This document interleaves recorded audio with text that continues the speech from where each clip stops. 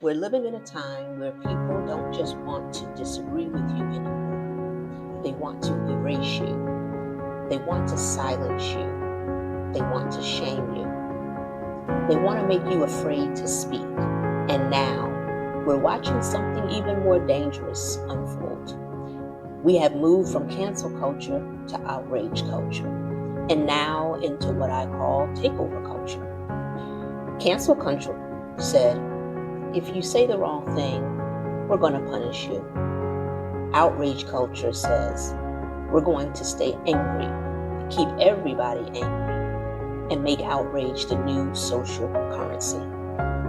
But takeover culture says, it's not enough for me to disagree with you. I have to dominate the space. I have to control the conversation, and I have to make you disappear. That's where we are, folks. And I know this is heavy. I know every episode won't be light and fluffy, but I promise we'll have some lighter episodes. But right now, we don't have time to keep dancing around what is happening. We have a mess on this planet. We have a mess in our families. We have a mess in our communities. We have a mess online. And we have a mess in the public square. And yes, we have a mess in some of our faith spaces too. A whole hot mess, if you ask me. So we're going to talk about it. Welcome back to Hard Truth, real talk for real growth. I'm your host, Jaynee Sasso, and today we're continuing the conversation on why we're afraid to talk and how we get back to having hard conversations without losing our humanity. So let's get ready to discuss the hard truth. In part one, we talked about why people become afraid to talk. We talked about ridicule, cancel culture, public shaming, echo chambers, the fear of saying the wrong thing, the fear of being misunderstood, the fear of being attacked online and offline. And we talked about the silent majority, that group of people who we see knows what's going on. They have thoughts, they have concerns, they know something is off, but they stay quiet because they don't want the drama. They don't want to be attacked. They don't want to lose friends. They don't want to be labeled. They don't want to deal with the bullies online or offline. So they go silent. But here's the problem. When the people with discernment go silent, foolishness gets louder. When people who know better refuse to speak, the loudest and most unstable voices start shaping the culture. And that is part of how we got here. Social media has created these echo chambers where the algorithm feeds us what we already believe. It keeps us interacting with content that confirms our existing opinions and biases. So we don't get challenged, we get affirmed. And after a while, people begin to think, if everybody in my feed agrees with me, then I must be right. No, you may just be trapped in a digital room full of people who think exactly like you. And that's not truth, that's an echo. And when people live in echo chambers long enough, they become emotionally fragile. They can't handle disagreement. They can't handle correction. They can't handle context. And they can't handle someone saying, I see it differently. And we have reached a place where disagreement feels like violence to some people. But disagreement is not violence. Correction is not hatred. A different perspective is not an attack. And if we can't understand that, then we can't have real conversations. So let's talk about the lost art of conversation. I think we can all agree that we have lost the art of conversation and real conversation. Not comments, not clapbacks, not posts, not hashtags, and not viral clips, and not people screaming over each other. I'm talking about real conversation, the kind that sharpens you. The Bible says iron sharpens iron. That means conversation is supposed to make it better. Debate is used to sharpen. Classrooms are used to sharpen. Dinner table conversations are used to sharpen. Even disagreement is used to sharpen. But now disagreement has become personal. People don't hear, I disagree with your point. They hear, you are attacking my identity. And that's dangerous Because if every disagreement becomes a personal attack, then nobody can grow. One of my pet peeves is being around people who never grow or attempt to grow beyond their current environment. You ask them the next time you see them what you've been up to, and they tell you the same thing they were doing last year, and 5 years ago, and 10 years ago. No new thoughts, no new questions, no new books, no new experiences, no new conversations, just the same opinions they've always had. And they wonder why they are so rigid. Well, if you never expose yourself to anything that challenges you, of course, you're going to think your perspective is the whole truth, but it may not be. Sometimes your perspective is only one side of the coin. I heard Robert Kiyosaki say there are three sides to a coin: your side, my side, and the edge. And truth is often on the edge, right? But the edge is hard to balance on. That's the uncomfortable place. That's the place where you have to admit, maybe I don't know everything. That's the place where you have to say, maybe my side has some holes in it.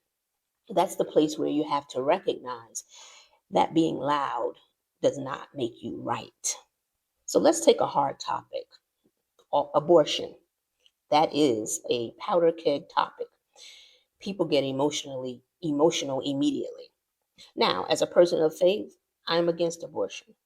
But here's where you need to grow up in the conversation. I can be against abortion and still understand why some people are afraid. When someone says, "What about a woman who was raped?" That's a valid concern. When someone says, "What about a young girl who isn't ready to be a mother?" That's another valid concern. And when somebody says, "Why bring a child into a world where they may suffer?" that it too is a valid concern. Now, people of faith, don't get twisted because those are valid concerns. And the problem is that the spirit of religion will have us over spiritualizing a real human pain. And we have to know how to address those difficult concerns when we are having conversation about a hard topic such as abortion. Because people will stop listening to us if we can't even acknowledge the weight or the validity of someone's question or concern. And although their question may be valid, that does not mean that their conclusion is right. Those are two different things. So I can say, I understand why that question is hard without saying I agree with abortion. For me, the reason I still disagree is because I believe God is sovereign. I believe God has a redemptive plan and purpose for all of our lives in every area of our lives. I've witnessed it. I've experienced heartbreak. I've experienced pain, experience betrayal, rejection, all of those things. But I've watched God redeem every situation and give me beauty for ashes. So I believe God can take the most painful, broken, traumatic situation and bring something out of it that nobody saw coming. And that was a testimony that James Robinson, who recently passed away, he was the founder of Life Outreach International, and he shared that he was through rape and that his mother considered abortion, but the doctor refused to perform it. Now, think about that. This man went on to be a life and world changer. His life went on to impact people around the world, feeding the hungry, ministering to people, helping the sick and the needy, touching lives. So, yes, the question is hard. But this is why conversation matters, because if we immediately dismiss each other, we miss the deeper issue. Some people are not evil, some people are afraid. Some people are wounded, and some people lack context. Some people do not know that God can redeem a situation. Hey, some people don't believe in God. And even after we talk with these individuals, they still may not agree, and that's okay. The goal of a hard conversation is not always agreement. Sometimes the goal is understanding. Sometimes, and I believe oftentimes, the goal is planting a seed. And sometimes the goal is showing someone there is more to an issue than what they have been told. Now, let's look at technology and what role that plays. Technology has trained us not to think. So when you approach a emotional topic like abortion, then we have to recognize that many brains have been trained not to think. And that's because of technology, because more specifically, because of social media. which has trained us to react, not to think. When the whole TikTok ban and debate first came about, I didn't know what side I would take because I had not been on TikTok. I didn't use it. And so I didn't have enough information to make a decision about whether I was for or against it. If you looked at it in its simplicity as it relates to free speech in the First Amendment, then obviously we don't want to do anything that jeopardizes our own ability to have free speech. But still, I recognize that I did not have enough context around the issue because I didn't even use the platform. So, how can you have an opinion about something that you don't even know well enough because you don't even use it? But eventually, I got on TikTok recently. I didn't like it. It was too fast. It was content after content, one video after another. I didn't have time to process. I didn't have time to think. I didn't have time to analyze. I didn't have any time to ask, what am I watching? I was trying to scroll back. I was trying to understand what I had just seen. I couldn't save it. I couldn't even say I wanted to see more of that content. I struggled to critically think through the content. But when I inquired more about the app and if I was using it correctly, I was told by members of the youth that I was. But the app is not designed for critical thinking. It's designed to keep feeding you. It's designed to give you a dopamine hit. It's designed, excuse me, to keep your mind moving before your spirit has time to discern what just entered it.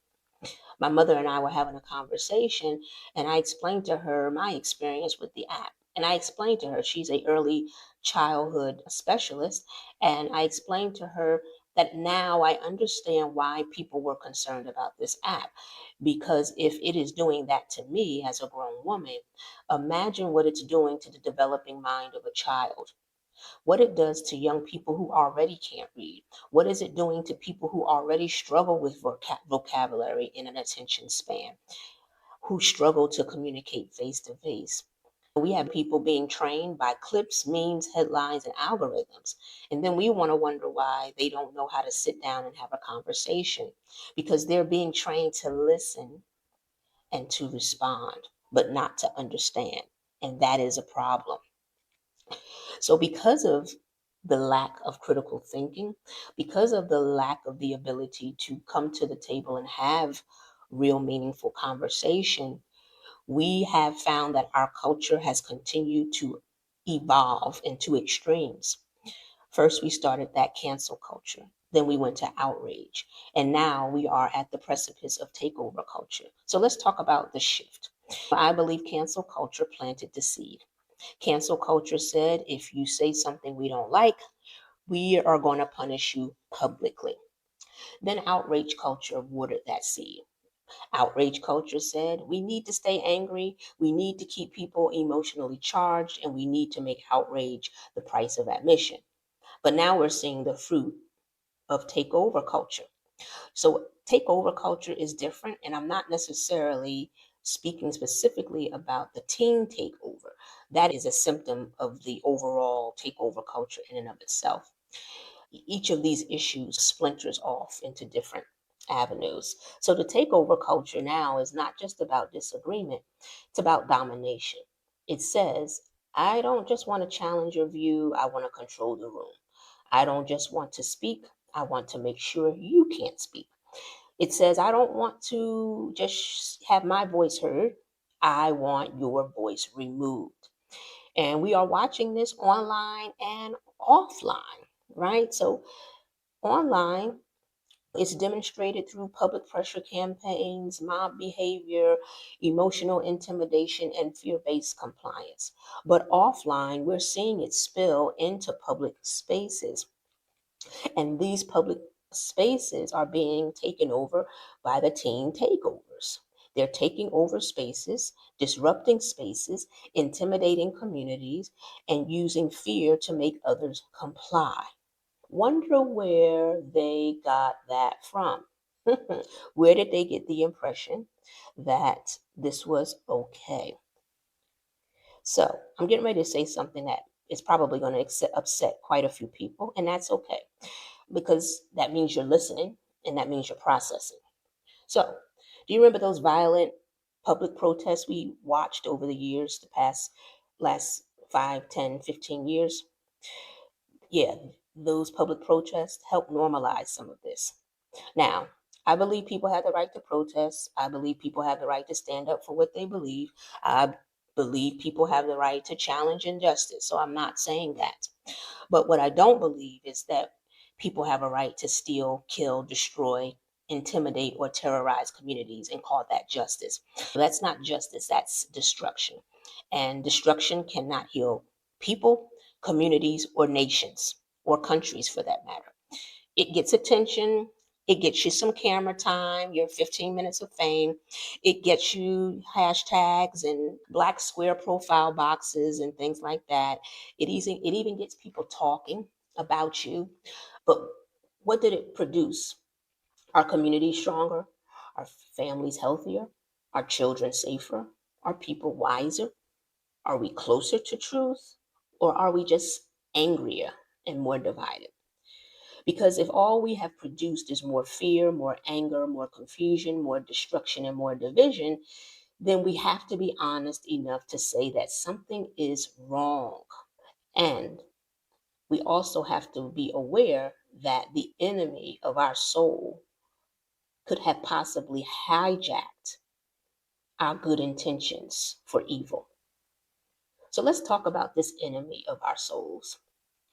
For people of faith, you understand that we do have an enemy of our soul, and that the spirit realm is very real. Witches and warlocks and Satanists don't sit around practicing their rituals and their sorcery to waste time. They're very serious about what they're doing because they know that there is something behind it, there's something to it. So, from a faith perspective, we need to understand something. The enemy has no boundaries. The Bible tells us that the enemy comes to steal, kill, and destroy. That is the agenda, period. And for people who are not faith-based, let me make it plain. If you met a person whose whole purpose was to steal from people, kill people, destroy people, would you think that person was good? If you have, all of your mental faculties, my suspicion is that you're going to say no. So why do we keep partnering with movements, mindsets, and behaviors that produce the same fruit? I'm going to take it easy on some of you because a lot of these movements start off looking positive. They start off sounding compassionate. They start off sounding justice driven. They sound like you're helping people. But then there's a shift. And when the fruit becomes to steal, kill, destroy, silence, intimidate, and control people, then we need to stop pretending it is still righteous just because it started with a good slogan. The enemy does not stop where you want him to stop. So you may say, when someone gets killed or a community gets burnt down or what have you, you may say, I didn't mean for it to go that far. But once you partner with destruction, you don't get to control how far destruction goes. That's why discernment matters. That's why the silent majority cannot stay silent forever. Because if you don't recognize your authority, if you don't recognize your voice, if you don't recognize your responsibility, then you will sit back and watch a culture evolve into something dangerous. And then one day, like today, you're looking around and you're saying, how did we get here? We got here because too many people knew something was wrong and said nothing. If you have any type of a moral compass, whether you believe in the Bible or not, or maybe you are a person of a different faith, you do know the difference between right and wrong. And you cannot deny that what you're witnessing today, there is something terribly wrong.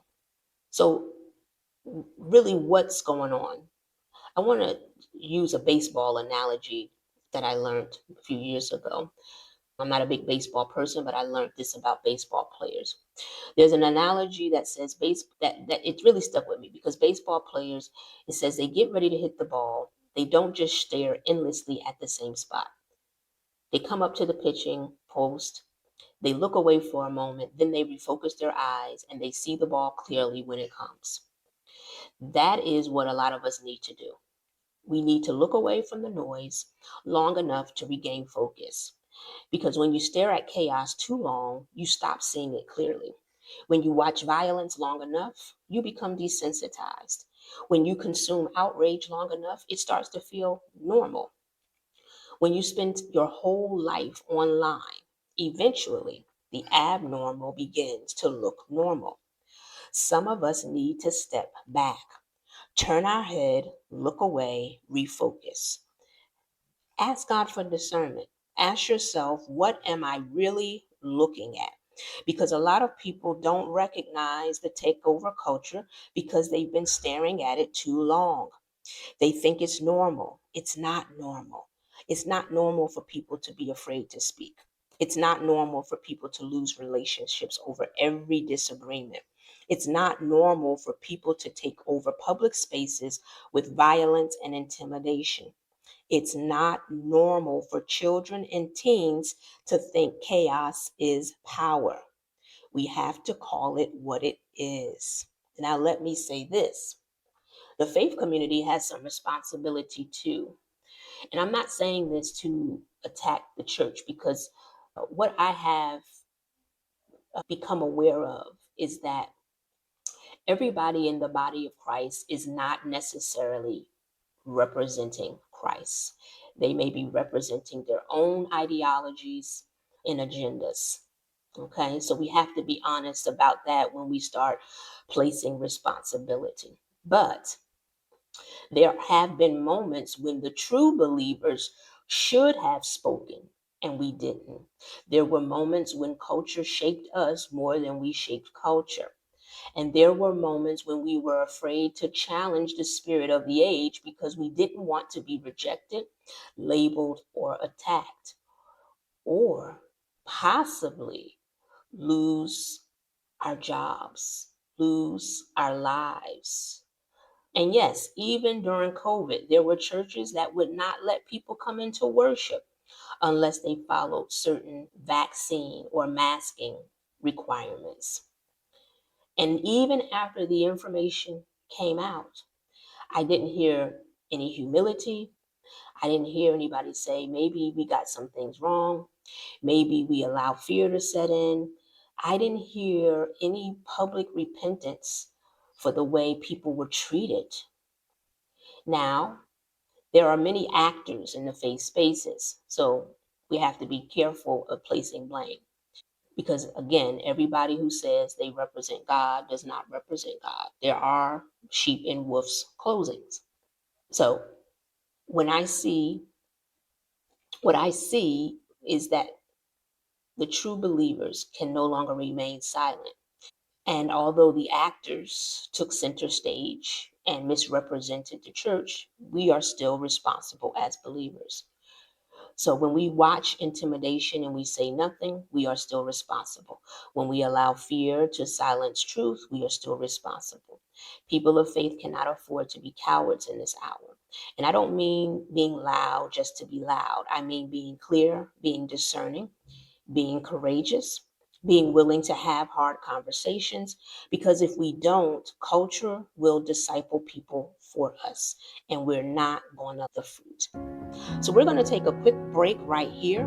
When we come back, I want to talk about how we actually approach hard conversations, because it's one thing to say we need to talk. It's another thing to know how to talk without turning every conversation into a battlefield. So stretch, get some water, take a quick break, and come right back. Welcome back, folks. So now let's talk about how we approach these hard conversations, because we all know we have people we've alienated, whether it be friends, family members, people from church, people online, people we used to respect, love. Maybe it was over the Black Lives Matter. Maybe it was over COVID. Maybe it was over the election. Maybe it was over abortion. Maybe it was over something somebody posted online. Whatever it was, we have become estranged from people. And this whole estrangement thing, my goodness, there's a whole nother spirit that is in operation. And so we have some work to do. Now, let me be clear. I'm not telling you to sit down with someone to let them abuse you or verbally assault you, or to that you are obligated to restore relationships with abusive people, because that's dangerous. And dealing with and working with unstable people who really are not interested in peace, it really only gives them access to you to harm you. So use wisdom. Of course, I'm not saying that you want to try to have hard conversations with people that are emotionally immature and not ready. Again, doesn't mean they are going to agree with you, but they need to be in a mindset that is open to hearing a different point of view. So use wisdom when you are making these decisions about who to have these conversations with. And then in return, you have to stop treating everyone who disagrees with you like they're the enemy. That mindset is destroying us. So let me talk about a couple of points of how you can positively and effectively approach hard conversations. Number one, stop trying to win. The first thing we have to do is stop trying to win. Hard conversations are not competitions. This is not about who's going to come out on top, who's going to get the last word, who's going to sound smarter, who's proving that they're more self righteous and of a higher standard than the other person in the room. The reality is sometimes there are not going to be any winners upon the initial interaction. Sometimes the win may look like people that walk away with a shift in understanding. Let me give you a quick example. I used to drive for Uber, and I have done so probably for over since they came onto the marketplace. That's been a good, what, 10 years? And so I've done it off and on since they came into the marketplace for a variety of reasons, but that's neither here nor there. But one of the reasons was because God had me do it, because it was a place of developing ministry for me, because I would be approached out of nowhere with people getting into my vehicle asking me questions about their relationship with God. Several individuals that were members of the LBT community asked me point blank, and mind you, I am not a person that goes around acting holier than thou, and every word that comes out of my mouth is hallelujah and thank you, Jesus. It has to be my inner light and the anointing that God has placed upon me, that when I walk into an environment, people can feel God's presence and they are compelled to come and to inquire of the God that is in me, right? So I have this effect on people. So when people get in my car, they don't know even what comes over them. They open up. I have people sobbing and crying. And I remember one particular lesbian woman that point blank asked me, am I going to go to hell for being a lesbian? And of course, I was taken back because I'm driving. I'm not really expecting that question. But however, the Holy Spirit was training me on how to deal with these hard conversations. Sure, I could have said, yeah, you're going to go, da, da, da. I asked them one simple question. Is your sexuality the totality of who you are? Because if it is, oh my goodness, you are missing out on your God-given destiny. In other words, I wanted to spark them to think deeper about life beyond sexuality. As a heterosexual woman, I do not sit here and think about the fact that I am a heterosexual and that I love men and I sleep with men. I don't focus on that. I have other skills, talents, abilities, callings to focus on. My value of my life is not in my sexuality. And then once I presented that question, it kind of looked, and I said, have you ever stolen from someone? Have you ever cheated someone? Have you ever lied? Have you ever murdered someone with the words of your mouth? All behavior is tied to the heart. You have to examine your heart, because our outward behavior is a reflection of the heart. So in the world, we try to categorize and prioritize so-called sin based on what we feel is worse or not so bad, right? Like gluttony is a sin, but nobody talks about it because most of us do overeat. Most of us are practicing that, believe it or not. So I had to shift her perspective. And in turn, she shared with me because she said, well, I don't actually sleep with the women. I'm just attracted to them. So it helped me understand the perspective of the different members of that community, and that they're not all a monolith either, right? So we both walked away with an understanding. My job was simply to place a seed. In a short Uber ride, there is no way that I would be able to change her mind about her sexuality, right?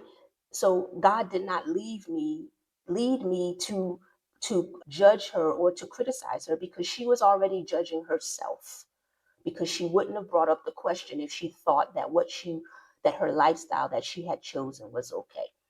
So sometimes the win is just a shift in understanding. And understanding does not equal agreement. You can understand someone's perspective without surrendering your convictions. You can listen to someone without becoming like them. You can say, I hear where you're coming from, without saying, I agree with your conclusion. That's maturity, folks. So never go into a hard conversation thinking, I'm going to completely change the way a person thinks in one sitting. That is pride. I have a little more humility than that, because I know that even God can't get everybody to embrace what he says in the Bible. So why in the world would I think that my words are just going to be so amazing that everybody is going to change because I opened my mouth? That's not how people work. Change is hard. Again, change is hard. I know this from running my own business and having staff and people that I'm responsible for. Every time I would change something in my business, a policy, a procedure, technology, staffing, anything, it never fails. Somebody struggles with it. It worked this way before. Why do we have to change? Why are we doing it this way? And I would always anticipate that we would have a shedding, because some people just don't like change. It is just too overwhelming. And it doesn't even have to be a big change. It can be the smallest change. But change is never small to the person that's being impacted by it, right? So if people struggle with small change in a business process, why would we think they are going to instantly change their worldview after one conversation? So stop trying to win, because that's not the initial objective. Instead, plant a seed, bring clarity, model the maturity that you want to see in others, and that's enough. Number two, learn emotional discipline. The second thing is, everything does not require outrage. Everything doesn't require a reaction. Everything does not require a post, a comment, a clapback, or a fight. Sometimes you just got to learn how to pause before you respond. And I'm talking to myself, because I have to do it to myself all the time. I had to learn how to scroll past things that I disagreed with, but that I was not called to speak on, or that person had not been assigned to me. Do you know that there are people that are assigned to receive from you, and those that are not? I come from a hot blooded group of people. My mother's probably laughing now because she knows. So in my bloodline, when we get mad, we get really mad. And so all my life, I've had to learn emotional discipline. My children have had to learn emotional discipline. I had to teach it to my son. I remember he was a little boy, maybe about 4 or 5 years old, and he said, "Mom, I'm so angry. I just can't control it." And I know you said control it, but I can't. And I still remember his cute little face, and he was just trying so hard with his fist balled up, and he was just trying to hold it in. It was cute, but it was also serious, because he was really trying. And he was trying to get himself together. He was trying to follow what I was teaching him. He was trying to understand what to do with all that emotion. And as he grew, he had to keep learning. He had to learn how to deal with insecurity, how to handle anger, how to learn conflict resolution, how to learn when he needed help, how to learn that therapy is not a weakness, how to mature emotionally, mentally, and even physically. And that's the part people don't always understand. Some of this is just maturity. Children are not born knowing how to regulate themselves. So if they're still looking at and observing adults that have not learned, my goodness, we're not leaving them the best example. Teenagers don't always know how to regulate themselves. And honestly, again, a lot of us grown-ups don't either. That is why outrage culture is running rapid. People don't know how to sit with discomfort. They don't know how to sit with being disagreed with, or how to just sit with the fact that not everybody likes them. I'm going to share even another little difficult pill for you to be able to swallow. I'm okay as a black woman that the Ku Klux Klan don't like me. I'm okay with that. I'm okay that the racists don't want me to come to their restaurant. I don't want to go to their restaurant. Why would I want to eat from anybody who doesn't want me there? I don't, even if they don't like me because of my race. Maybe they don't like me because I'm a woman. Maybe they don't like me because I'm short. Maybe they don't like me because I make a certain dollar value. I don't know. People find all kind of reasons not to like me, and you as well. So why do we feel compelled that that everybody has to like us, or there's something wrong with them? No, you don't even like everybody. I sure don't. I don't. I don't. I ain't gonna lie to you. I don't. I love, but I don't necessarily like everybody. So people don't know how to sit with someone and say, no, I don't see it that way, so that they can process the discomfort, mature with maturity. Instead, they attack. But before you lead anyone else, you have to learn to lead yourself.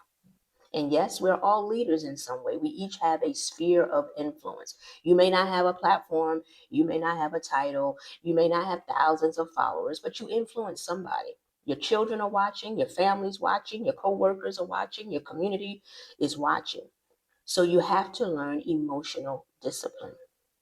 You cannot let every feeling become a weapon. I remember I posted something about triggers, and that it's not people's responsibilities to tiptoe around my triggers or your triggers. You need to grow up.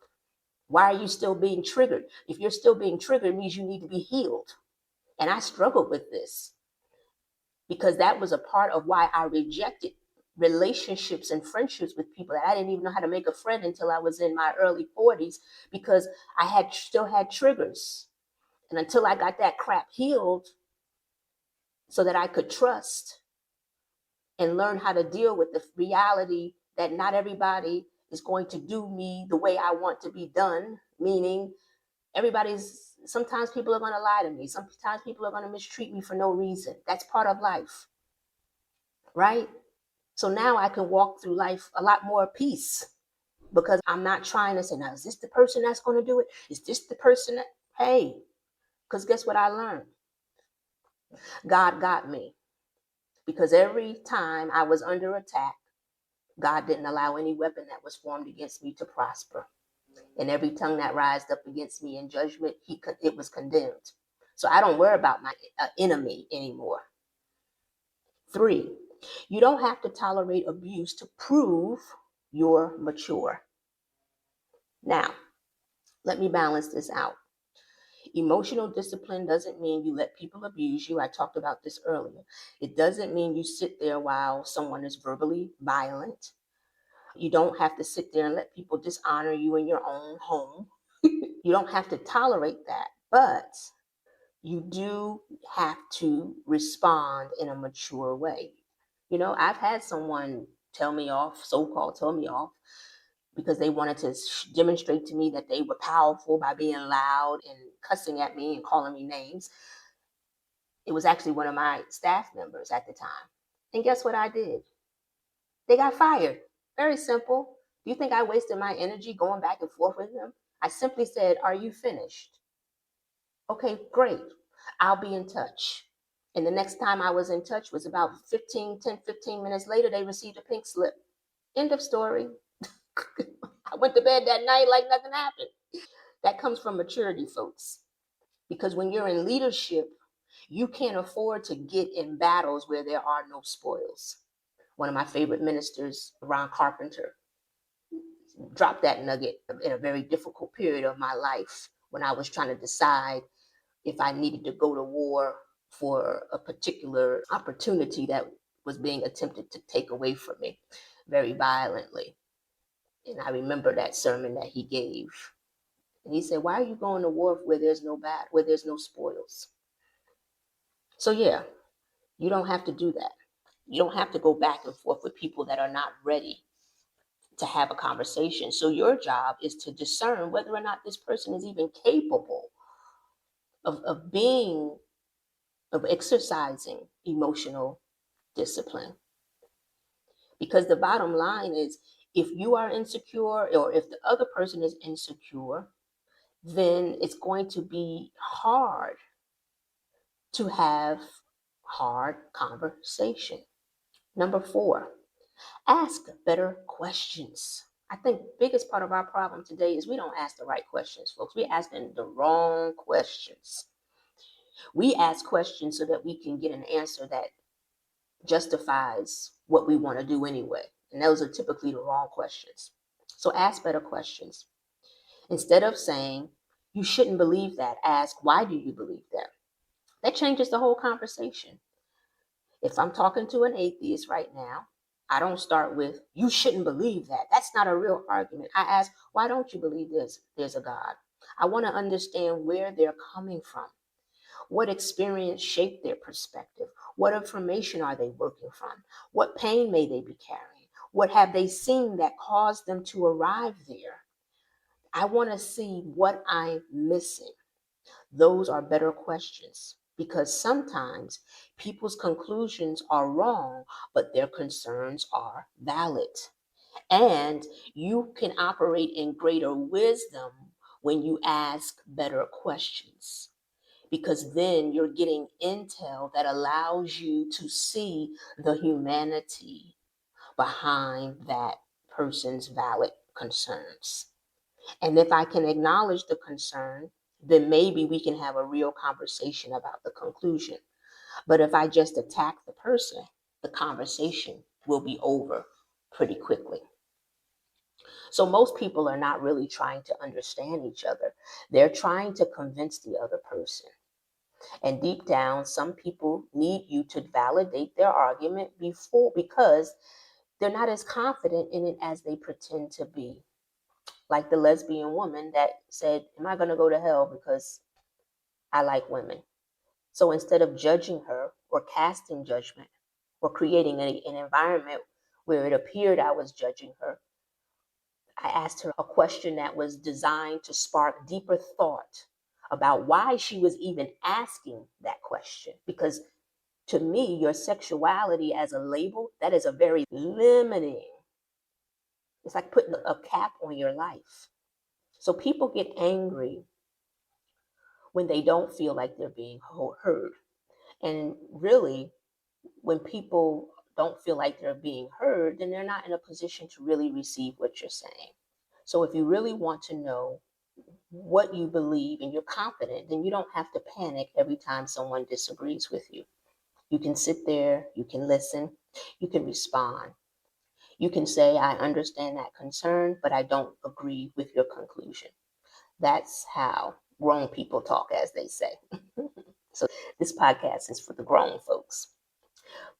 Number 5, separate disagreement from dehumanization. Just because someone disagrees with you doesn't mean they hate you. It just means that they hold a different point of view than you. Doesn't mean they're evil. Now, does that mean that some people are not the devil? They may be. But give a little grace. Give them an opportunity to exercise emotional discipline and demonstrate maturity in having a conversation. Just because somebody doesn't affirm everything about you does not mean they are trying to destroy you. So we have to learn how to separate disagreement from dehumanization. And the thing with the dehumanization is it makes it easier for you to be violent towards someone because you justify that this person is a monster, is grotesque.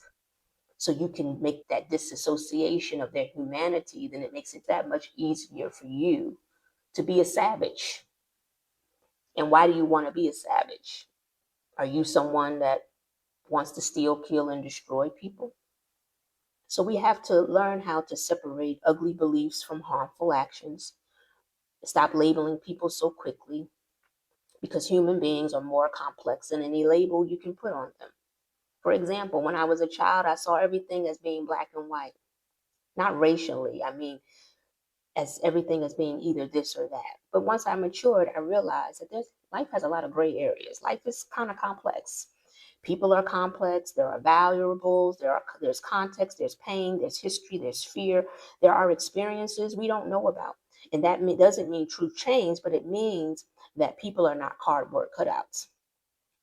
And once you dehumanize someone, it becomes easier, like I said, to mistreat them. And that's how cultures become dangerous. And that's how we find ourselves where we do today. Number 6, protect spaces for honest dialogue. We have to protect spaces, folks, because we're moving beyond the outrage, as I said. We're moving over into the takeover culture. So we have to protect online and offline spaces, your family, your friendships, your church, your community, your workplace, your platform if you have one. Those are all spaces of influence. Social media is a huge one, and you may have thousands of friends or followers, but let's be honest, most of us don't even really know half those people. So you want to put your energy and best foot forward in the places that really matter. And that's the people that you impact their lives and interact with them on a day-to-day basis. Because people that follow you, they may or may not continue to follow you after you take a stand, and that's okay because they don't really know you. Remember, I talked about that in part 1. Because people follow you for all kinds of reasons, right? So the only real place where you have influence is in your corner of the world. It's your home, your family, your children, your people, your community, and that is where you start. Because how you make people feel in your immediate space is going to affect how they go into the world and treat other people. So if people can only speak when they agree with the room, the conversation is already dead. That includes your family, who you find it difficult to have hard conversation. That's a problem. Your church, friendships cannot survive disagreement, then that's a problem. We need spaces where people can speak honestly without being destroyed. Not spaces where everything goes, but spaces where people are prevented from being cruel and abusive. But spaces where people can wrestle and ask questions, admit confusion, and grow. Because if people cannot bring their thoughts into the light, those thoughts don't disappear, they just grow in the dark. So, folks, real growth requires discomfort. And here's the part people don't like: real growth requires that most of us will not be comfortable. Most of us want comfort. We want agreement. We want affirmation. We want ease. We want people to tell us we're right. But growth does not work that way. Being an entrepreneur has taught me that, if nothing else, because you have to be ready to pivot. You have to be willing to fail and pivot. Social media has made entrepreneur look like it's all about jets, luxury trips, perfect outfits, passive income, and freedom. But let me tell you something. Being an entrepreneur is quite uncomfortable. You're going to do a lot of things you don't want to do. You're going to have sleepless nights. You're going to have pressures. You're going to have problems. You're going to have people disappoint you. You're going to have to make hard decisions. You're going to have pain. Is it rewarding at the end? Yeah. Has it been fulfilling? Yes. But not for the reasons people project online. Real growth requires discomfort, and most people don't want to be uncomfortable. My husband's a military guy, so he's kind of, I call him Mr. Survivor. He was raised by the silent generation parents, people who understood survival. And sometimes it gets on my nerves, but I also know that I needed a husband like that because of the path I have to walk. I needed somebody in my life who I could partner with, who could stand under pressure, not run into the night when warfare showed up. And when our kids were little, they would say, I don't want that. I want ice cream. And he would say, his favorite line, in Africa, they're not waiting for the good human truck to come down the street because it doesn't exist. That was his way of saying you are not always going to be comfortable. The ice cream truck is not always coming. Now, some people on this podcast, excuse me, may call that trauma. That's not trauma because they didn't get ice cream when they wanted it. So if you're estranged from your parents because they didn't give you everything you want when you wanted it, you might want to rethink that. It's called preparation. My children weren't traumatized because they couldn't get the ice cream or anything else that they might have asked us for that we didn't give them. Because there's a lot of stuff we didn't give them. And some of those things we didn't give them had nothing to do with resources to give it to them. We just chose to not give it to them. And they grew up to be strong young men and women. And I'm proud of both of them. So I can't get with this new age parenting and new age culture and how it's convinced people that every discomfort is damaging. And one reason why I know it wasn't trauma is because I actually experienced trauma and abuse at the hands of my father. It's almost very insulting to people that have gone through significant trauma when you use things like you were told no as trauma because you didn't get your way, because that's part of life. That's called normal life, not getting your way every time because you're not. So some discomfort is development, some of it's discipline. Some discomfort is God preparing you for something you cannot survive if you stay soft. And I see that clear as day at this age than I did when I first started my journey. I'm a totally different person. The young Jaynee would not be able to handle the pressures. I would have cracked a long time ago. So if you want greater in life, you first have to be prepared to take on more responsibility, more pressure. For somewhere along the line, we are telling people that success in life means less pressure, means relaxation. Actually, it doesn't. It's the opposite. And that's where people are having that misunderstanding.